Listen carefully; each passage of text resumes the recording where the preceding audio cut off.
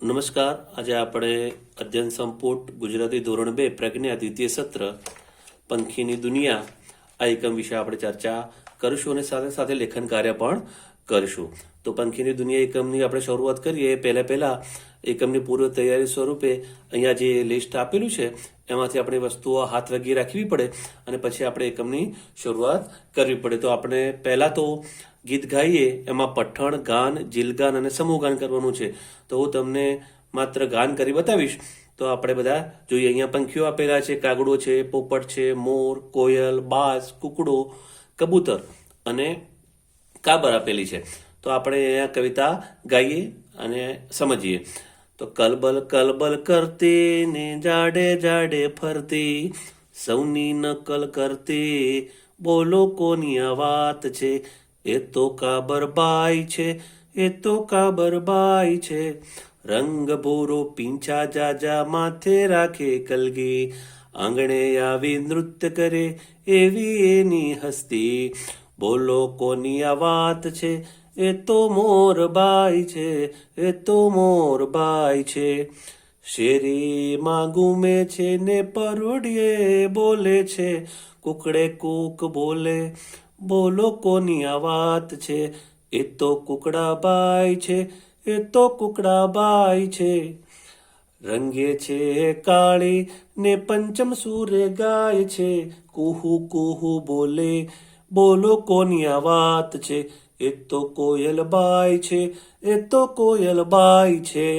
તો અહીંયા પંખીઓની વાત કરવામાં આવી છે, જેમાં કાબરની વાત કરવામાં આવી છે, કુકડાની વાત કરવામાં આવી છે, કોયલની વાત કરવામાં આવી છે અને મોરની વાત કરવામાં આવી છે. એના પછી છે કે ગીતમાં ન આવતા પક્ષીઓ ઓળખી બતાવો. તો ગીતમાં ન આવતો કાગડો નથી આવતો, પછી પોપટ નથી આવતો, પછી કબૂતર નથી આવતું અને બાજ નથી આવતો. એના પછી કહે છે કે નીચે ફૂટરમાં તમને ગમતા પક્ષીઓના નામ લખવાના. તો મેં મોર, પોપટ અને ચકલી લખ્યા. તમને ગમતા હોય એનું આપણે નામ લખી દઈશું. બીજી પ્રવૃત્તિ છે હાથી તો બહુ ભારે. આ ચિત્ર વિશે વાતચીત કરવાની, જેમાં સ્કૂલમાં ચિત્ર કેલેન્ડર આપ્યું છે, એમાં બહુ સ્પષ્ટ ચિત્ર દેખાય છે. એટલે એના આધારે અહીંયા ચર્ચા કરવાની છે. હાથીભાઈની પૂંછડી પહેલા ચિત્રમાં અડે છે નીચે જમીન સાથે, અને પછી છેલ્લા ચિત્રમાં જમીન સાથે અડતી કેમ નથી એ બાળક સાથે ચર્ચા કરવાની છે. હાથીભાઈ બહુ ભારે છે એટલે એ એમની પૂંછડી નીચે અડે છે. જ્યારે બધા પ્રાણીઓ એમની સામેની બાજુ બેસે છે એટલે હાથીભાઈ ઊંચા થઈ જાય, એટલે પૂંછડી ઓટોમેટિક ઊંચી થઈ જાય છે. અને આ રીતના પ્રશ્નોત્તરી આપણે કરવાની છે. એમાં કયા કયા પ્રાણીઓનો આવેલા છે, કયા કયા પ્રાણીઓ બેઠા છે, આ ચિત્ર ક્યાંનું છે, આ પાર્કનું છે, બગીચાનું છે, વગેરે વગેરે પ્રશ્નોત્તરી આપણે કરી શકશું. અહીંયા ગમતા પ્રાણીનું નામ લખવાનું છે. મેં ગાય, ઘોડો અને હાથી લખેલું છે. આપને ગમતું પ્રાણી આપ લખી શકો છો. અને પછી વાર્તા સાંભળવાની છે. આનંદી કાગડો બહુ સરસ મજાની વાર્તા છે. હું એકવાર વાંચી સંભળાવું છું. એક હતો કાગડો. એકવાર રાજા કાગડા પર ગુસ્સે થઈ ગયા. ગુસ્સે થયેલા રાજાએ પોતાના માણસોને બોલાવ્યા અને હુકમ કર્યો, જાઓ આ કાગડાને ગામના કૂવાને કાંઠે કાદવ છે તેમાં ફેંકી આવો. કાગડાને રાજાજીના હુકમ પ્રમાણે કાદવમાં ફેંકી દેવામાં આવ્યો. કાગડાભાઈ તો ક્રવ ક્રવ કરતા કાદવમાં પડ્યા આનંદથી ગાવા લાગ્યા, લપસણું કરતા શીખીએ છીએ ભાઈ, લપસણું કરતા શીખીએ છીએ. રાજાના માણસો નવાઈ પામ્યા. તેમણે જઈને રાજાને કહ્યું, ઓલો કાગડો તો ચક્રમ છે, આખા શરીરે કાદવ કીચડ ચોંટી ગયેલો તો પણ ખુશ ખુશ હતો. રાજા ગુસ્સે થયા અને તેમણે બીજો હુકમ કર્યો, જાઓ નાખો આ કાગડાને કૂવામાં, ભલે પાણીમાં ડૂબી જાય. રાજા અને તેના માણસોએ કાગડાને ઉચકીને કૂવામાં ફેંકી દીધો. કાગડાભાઈ તો કૂવામાં પડ્યા ગાવા લાગ્યા, કૂવામાં તરતા શીખીએ છીએ ભાઈ, કૂવામાં તરતા શીખીએ છીએ. રાજા કહે, હવે તો કાગડાને આથી વધારે સજા કરવી જોઈએ. પછી તેમણે કાગડાને કાંટામાં નાખી દીધો. પણ કાગડાભાઈ તો એના એ જ રહ્યા. તેમણે તો આનંદથી ગાવાનું શરૂ કર્યું, કુણા કાન વિંધાવીએ છીએ ભાઈ, કુણા કાન વિંધાવીએ છીએ. રાજા કહે, આ કાગડો તો ભારે જબરો છે, એને ગમે તે તકલીફમાં નાખો પણ એને કંઈ દુઃખ થતું જ નથી. ચાલો એનાથી ઉલટું કરી જોઈએ, મજા પડે એવા ઠેકાણે નાખીએ એટલે એ દુઃખી થઈ જશે. કાગડાભાઈને આંબાની ડાળે કોયલની બાજુમાં બેસાડ્યો. કાગડાભાઈ તો તે પણ સવડું પડ્યું. એ તો ગાવા લાગ્યા, કોયલના ટવકા સાંભળીએ છીએ ભાઈ, કોયલના ટવકા સાંભળીએ છીએ. રાજાએ તેને ખીર ખવડાવી જોઈ. કાગડાભાઈ તો ગાવા લાગ્યા, મીઠી ખીર ખાઈએ છીએ ભાઈ, મીઠી ખીર ખાઈએ છીએ. રાજાએ કાગડાને દુઃખી કરવા ઘણા પ્રયત્નો કર્યા, પણ દુઃખી થાય તો બીજા. છેવટે થાકીને રાજાએ હુકમ કર્યો, આ કાગડો તો કોઈ રીતે દુઃખી થાય તેમ લાગતું નથી, જાઓ તેને છાપરા પર ફેંકી દો. છાપરા પર બેઠા બેઠા કાગડાએ તો ગાયું, હવે અમે રાજમહેલ જોઈએ છીએ ભાઈ, હવે અમે રાજમહેલ જોઈએ છીએ. કાગડો આનંદથી કાકા કરતો ઉડી ગયો. રાજા તો જોતો રહી ગયો. આમ સરસ મજાના આનંદી કાગડાની વાત છે કે ગમે તેવી મુશ્કેલી આવે તો પણ આનંદમાં રહેવું જોઈએ. બાળકોને સમજણ આપી અને સરસ મજાનો વાર્તા છે એ વાર્તાનું આપણે પઠન કરવાનું છે અને બાળકો પાસે પણ પઠન કરાવવાનું છે. અહીંયા વાતચીત આપેલી છે કાગડાના આ વિષય પર વાતચીત આપણે બાળકો સાથે કરી શકીશું. હવે પ્રવૃત્તિ 4 છે, જેમાં સાચું હોય તો ઉડવાનો અભિનય કરવાનો છે અને ખોટું હોય તો કાકા બોલવાનું છે. તો કાગડો અને કોયલ એક જ ડાળ પર બેઠા હતા તો સાચું છે, માટે અભિનય ઉડવાનું થશે. કાગડો કૂવામાં લપસતો શીખ્યો તો કૂવામાં તો તરતું શીખ્યું હતું, માટે કાકા બોલવાનું. કાગડાને કઢી પીવાની મજા આવી તો કાકા બોલીશું. કાગડાએ રાજાને કાદવમાં ફેંકાવ્યો તો કાગડાએ રાજાને નહોતો ફેંકાવ્યો, રાજાએ કાગડાને ફેંક્યો તો કાકા આવશે. આનંદી કાગડાને જોઈ રાજાને આનંદ થયો તો રાજાને આનંદ થયો નહોતો, માટે કાકા બોલીશું. અહીંયા જો જારા છે રાજા તો લય કુમાર કોયલ થશે. અહીંયા ગમતા શબ્દો આપણે લખવાના છે, આમાંથી જોઈ અને મેં રાજમહેલ જબરું અને સવડું લખ્યું છે. આપને અનુકૂળ હોય એ રીતે શબ્દો લખી શકો છો. એના પછી 5મા નંબરની પ્રવૃત્તિ છે કે રાજાને કાગડો ચક્રમ લાગ્યો તો ચક્રમ તો ગાંડા જેવો, તો ગાંડા નીચે લીટી દોરવાની છે તો આપણે લીટી દોરી. રડવાને બદલે કાગડો તો ઉલટું ગાવા લાગ્યો તો ગાવા લાગ્યો ઉલટું, એટલે ઉલટોનો મતલબ ઊંધું હોય તેવું, એના નીચે મેં લીટી દોરી છે. રાજાના માણસોએ કાગડાને તકલીફ આપી તો દુઃખ આપ્યું. સવડું ના કહેવાય તો દુઃખને નીચે લીટી દોરી છે. કાગડો દરેક વાતે આનંદમાં રહેતો તો મજામાં રહેતો, આરામ આપશે નહીં. બરાબર. પ્રવૃત્તિ નંબર 6 આવી છે કે કાન વિંધાવતો કાગડો રાજાને કેવો લાગ્યો? વાર્તાના આધારે જવાબ લખવાનો તો જબરો લાગ્યો. કાગડાને શું મીઠું લાગ્યું? તો ખીર મીઠી લાગી. કાગડાને રાજમહેલ ક્યાંથી દેખાતો હતો? તો છાપરા પરથી. અને કાગડો કેવો હતો? તો આનંદી કાગડો હતો. આ 6 પ્રવૃત્તિમાં 6 પ્રવૃત્તિ જો આ બાળકને સારી રીતે આવડી જશે તો એ આવશે. થોડું મધ્યમ લાગશે તો બી આવશે અને થોડુંક એનાથી કાચું રહી ગયું હશે તો સી આવશે. આ રીતે ABC ગ્રેડ આપી દઈશું. એના પછી છે કે આડાઅવળા શબ્દો થઈ ગયા છે તો એ શબ્દોથી અર્થપૂર્ણ વાક્ય બનાવી દઈશું આપણે વારા પરથી, અને આ વારા પરથી બોલાવવાની છે. ત્યારબાદ વારા પરથી લીટી ગાવાની છે કે લપસનું, જો અહીંયા છીએ લપસનું શીખીએ કરતા તો લપસનું કરતા શીખીએ છીએ. તો અહીંયા મેં લખ્યું લપસનું કરતા શીખીએ છીએ. વિંધાવીએ છીએ કાન તો કાન વિંધાવીએ છીએ, તો કાન વિંધાવીએ છીએ. એ રીતે આપણે લખીશું. પછી છે સાંભળે છીએ ટહુકા તો ટહુકા સાંભળીએ છીએ.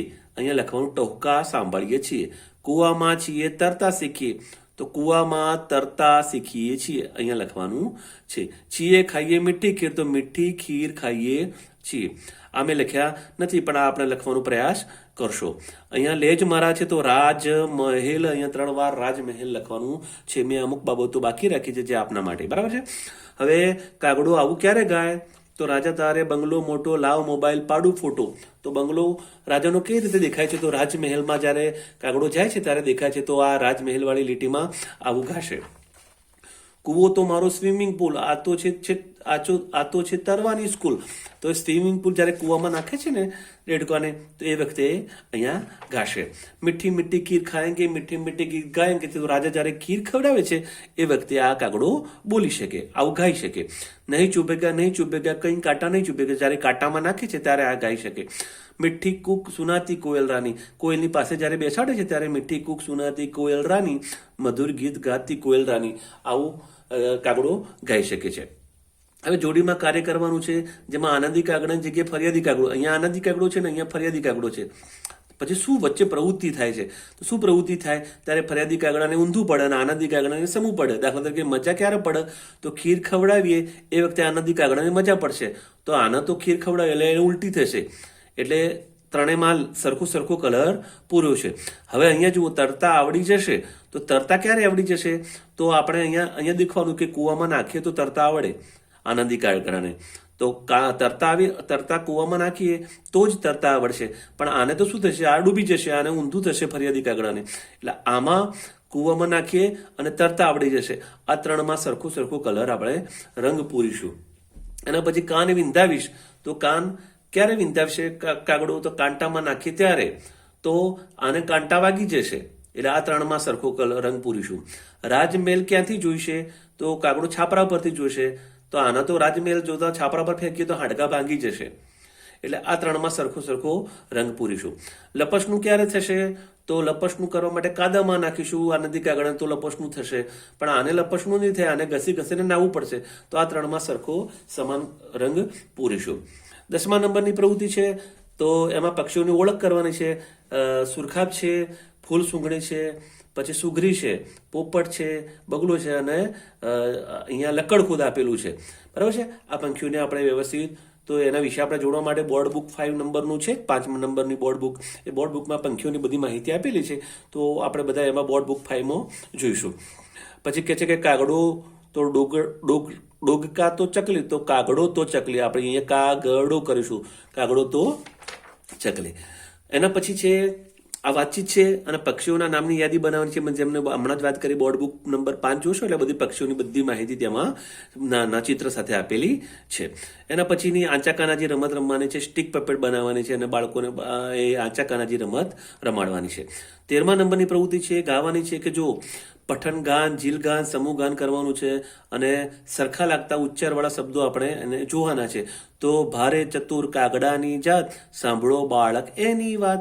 એકવાર તે તરસો થયો, આજુબાજુ જોતો ગયો, પાણી ક્યાંય ન દેખાય, તેથી તેનો જીવ મૂંઝાય. તપાસ કરતા કુંજો દીઠો, તે પર જલ્દી જઈ બેઠો. પાણી હતું થોડું તળિયે, છાંચ બોડે ન કેમ કરીએ. કંકર નાખ્યા કુંજા અંદર, પીધું પાણી આવ્યું ઉપર.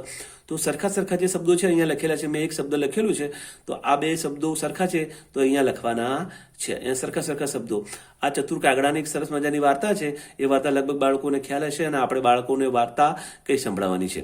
ગમતા શબ્દો લખવાના છે. તો કુંજો, બુડે, મૂંઝાય મેં શબ્દો લખ્યા છે. તમને જે ગમતા હોય તે મેં શબ્દો લખાવી શકો છો. એના પછી વાતચીત કરવાની છે આ ગીતના આધારે.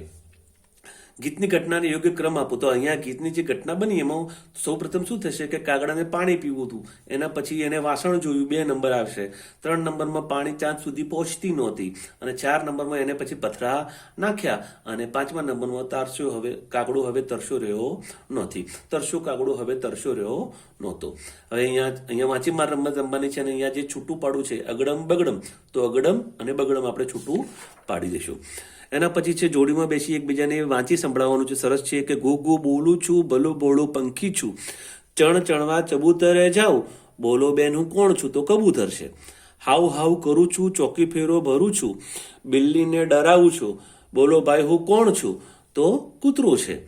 ચૂ ચૂ ચૂ કરું છું, ઘરમાં બધે ફરું છું, કાગળ કપડાં કાપું છું, બોલો હું કોણ છું? તો ઉંદરભાઈ. ગાય ખાય તીખું, બોલે મીઠું, એવું તે મેં કૌતુક દીઠું, ચાંચલાલ પાંખ લીલી, બોલો સૌ હું કોણ છું? તો અહીંયા પોપટ આવશે. અને અહીંયા ગાતા વાંચન કરવાનું છે. અગડમ બોલે, બગડમ બોલે, ખેતર પાડે તેતર બોલે, વાડે બેઠો હોલો બોલે, માડી પાછળ ભયલો બોલે, શાહમુગ છે પંખી મોટું પણ ઉડવાનું ન જાણે, ફાળ ભરતું ભાગી જાતું પછી એને પકડું શાને. બાગમાં બગલે ડોક ડોલાવે, નીર ઝુલાવે તીર તળાવે, આંબે કુંજન કુકુ કરતી, જંગલ ભરતી કોયલ ફરતી, લીલો લટપટ લળી લળી ચાલે, સરોવરની પાળે પાંખો પલાળે. આ રીતે પક્ષીઓનું સરસ મજાનું ગીત ગાતા વાંચી શકાય એવું છે. અહીંયા પોપટ આપ્યું છે, ઉંદર આપ્યો છે, કૂતરો આપ્યું છે અને કબૂતર નું ચિત્ર આપ્યું છે. અહીંયા વચ્ચે લખ્યું હોય તો પણ આપણે લખી શકાય એમના ચિત્રની આધારે નામ પોપટ, ઉંદર, કૂતરો અને કબૂતર. ચિત્ર જોઈને જોડકણા બનાવવાના છે. તો લીલું ઘાસ છે તો ઘાસ આપેલું છે તો લીલું ઘાસ છે લીલું. તો અહીંયા બીજું આપ્યું છે લીંબુ, તો પીળું લીંબુ છે પીળું. કાળો તો અહીંયા કોલસો આપ્યો છે તો કાળો કોલસો છે કાળો. પછી ધોળો બગલો છે ધોળો. લીલું તો મરચું છે લીલું. અને ટામેટું આપ્યું છે તો આપણે આગળ પછી લખવાનું છે કે લાલ ટામેટું છે લાલ. પછી પપૈયું આપેલું છે તો પીળું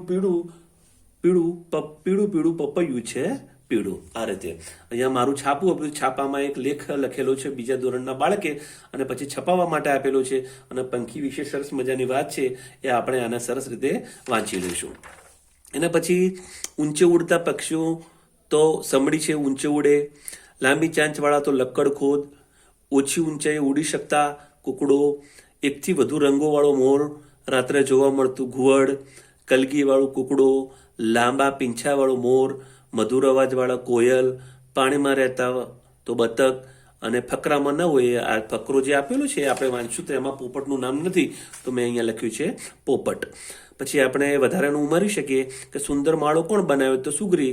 ઉડી ન શકે એવું તો આગળ આપણે શીખી ગયા એ પ્રમાણે શાહરૂખ ઉડી શકતું નથી, તો આપણે શાહરૂખનું નામ લખીશું. હવે એકમ 7માંથી વંદા વિશે 5 વાક્યોનું શ્રુત લેખન કરવાનું છે, તો શિક્ષક બોલશે અને બાળકોએ લખવાનું છે. તો એકમ 7ની અંદર અહીંયા 7મા નંબરના એકમની પાછળ આ જે આપેલા છે જે વાક્યો, આ વાક્યોનું અહીંયા શ્રુત લેખન કરાવવાનું છે. અને પછી જો બાળક સારી રીતે લખી શકશે આ પ્રવૃત્તિઓમાં તો એ આપવાનું, પછી મધ્યમ હોય તો બી, અને પછી થોડુંક મંદું હોય તો સી આપણે ગ્રેડ આપીશું. એના પછી આ ફૂટરમાં હું કરતો ગયો છું અને અહીંયા એક ચિત્ર આપ્યું છે સરસ મજાનું. એમાં ચિત્રમાં રંગ પૂરણી કરવાની છે, પણ અહીંયા જે સૂચના આપી છે સૂચનાનો ઉપયોગ કરવાનો છે કે ડુંગરની ટોચ પર થાંભલો દોરો, તો મેં પહેલા અહીંયા થાંભલો દોર્યો છે. ઝાડની 2 ડાળી વચ્ચે સૂરજ દોરો, તો સૂરજ દોરેલો છે.